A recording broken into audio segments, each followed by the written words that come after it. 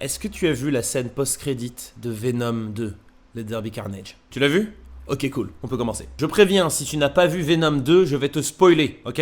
Là, on rentre dans le dur du dur, on rentre dans le dard de dard, on rentre dans le spoil. La scène post-crédit de Venom 2 nous montre deux choses ultra importantes. La première, non, je vais plutôt dire la deuxième. La deuxième, c'est que Venom pense que Peter Parker est un méchant, et donc va vouloir aller l'affronter. Ce qui veut dire deux choses pour moi. Première chose, que Venom va vouloir bouffer Spider-Man. Ça, à la limite, on le savait, on voulait juste savoir quand est-ce que ça allait arriver, et ça va arriver, ça, c'est trop cool. La deuxième chose que ça nous apprend, c'est qu'à un moment donné, Venom et Spider-Man vont être potes. Et je suis pas totalement pour cette idée. En tout cas, j'aurais pas voulu forcément voir ça dans les films. Parce que, vous l'avez compris, Venom pense que Spider-Man est méchant. Donc, il va vouloir bouffer les méchants parce que c'est le deal que Venom a avec Eddie. Étant donné que Spider-Man est accusé d'avoir tué Mysterio, ça fait du sens. Mais, comme on sait que ce n'est pas Spider-Man qui a tué Mysterio, forcément, Eddie, journaliste, va finir par comprendre un petit peu le schmilblick. Et à la fin, ils vont finir par être potes. Je pense que c'est comme ça que ça va se passer. Mais j'ai même envie de dire que ce trailer nous apprend une troisième chose. Et là, vous allez dire que je pousse un petit peu, mais c'est pas grave, je vais le faire.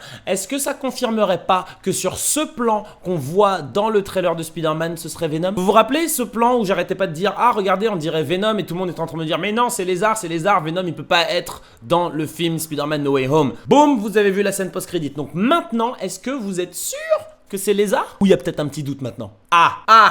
En réalité, on n'en sait rien. En réalité, je ne sais pas si sur ce plan on voit Venom ou Lézard, ça peut être les deux, ça peut être quelqu'un d'autre, j'en sais rien. Je pense que c'est Venom. Et en effet, en voyant cette scène post-crédit, ça confirme un petit peu ma théorie. Et cette théorie peut être confirmée par le fait qu'on avait vu Tom Hardy porter une casquette de Spider-Man No Way Home. Ces casquettes, normalement, sont données sur le tournage de ces différents films et elles doivent être portées par les différents acteurs pour faire un petit peu la promotion. Sauf que, théoriquement, Tom Hardy n'est pas censé être dans le film Spider-Man No Way Home. Mais là, j'ai envie de dire, est-ce que ça confirme pas un petit peu tout ça? Donc voilà, ça c'est ma première théorie par rapport à ce qu'on en apprend de cette scène post-crédit. Mais comme je vous l'ai dit, on apprend une deuxième chose. Au début de cette scène post-crédit, il se passe un truc, une sorte d'explosion cosmique qui fait que Eddie voyage un petit peu dans l'espace-temps. Et si ça, c'était lié à Loki. Ok, je sais, peut-être que je vais un petit peu loin dans mon histoire là, mais reste avec moi. On sait qu'à la fin de Loki, le multivers est complètement développé et complètement lâché et plein de branches différentes sont en train de se créer et donc un nombre incalculable de temporalités alternatives sont en train de se créer. Mais si elles étaient aussi en train de se mélanger, ce qui justifierait pourquoi Eddie Brock est dans une chambre d'hôtel comme ça, tranquille peinard, et d'un seul coup, paf, il se retrouve dans la chambre de quelqu'un d'autre. Et en même temps, dans le même univers que Spider-Man. On ne savait pas si c'était le cas avant ou pas. Et donc si avant cette explosion cosmique,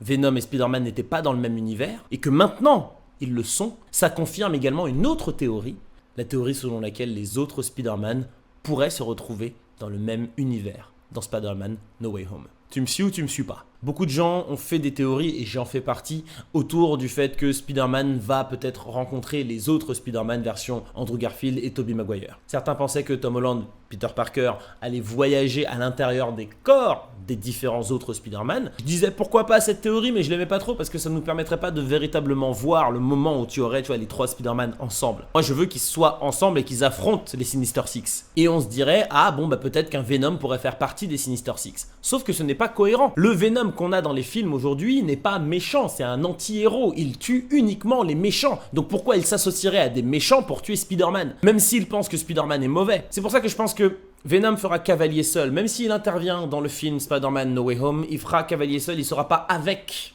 les autres méchants. Que ce soit Dr. Octopus ou encore le Gobelin. Tout ce que je sais, c'est que il se passe quelque chose de très très grave dans le MCU. La première étape, c'était Loki. Et on commence à voir un petit peu les différentes répercussions dans les différents films et dans ces différentes scènes post-crédit. La seconde étape, ce sera Spider-Man No Way Home. Et après, je pense qu'on aura le vrai chaos dans Doctor Strange and the Multiverse of Madness. Cette scène post-crédit, pour moi, elle va définir ce qui va se passer dans les 5 prochaines années du MCU. Et pas juste de l'univers Sony.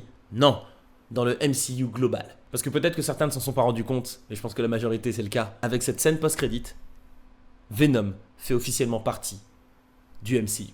Et moi, j'étais pas forcément prêt pour cette information, d'accord? Enfin bref, dites-moi ce que vous pensez un petit peu de ces différentes théories, de ce que l'on apprend de cette scène post-crédit. Qu'est-ce que vous avez pensé du film Venom 2, Let There Be Carnage? J'ai fait une vidéo critique sans spoiler dessus, donc bon, peut-être que vous l'avez déjà vu. Si ce n'est pas le cas, n'hésite pas à cliquer. Abonne-toi pour voir de prochaines vidéos. Et puis surtout, je vais balancer pas mal d'infos par rapport au DC Fandom, donc n'hésite pas à me suivre sur mon TikTok. Je te fais des bisous, caresses et tendresse, et je te dis peace.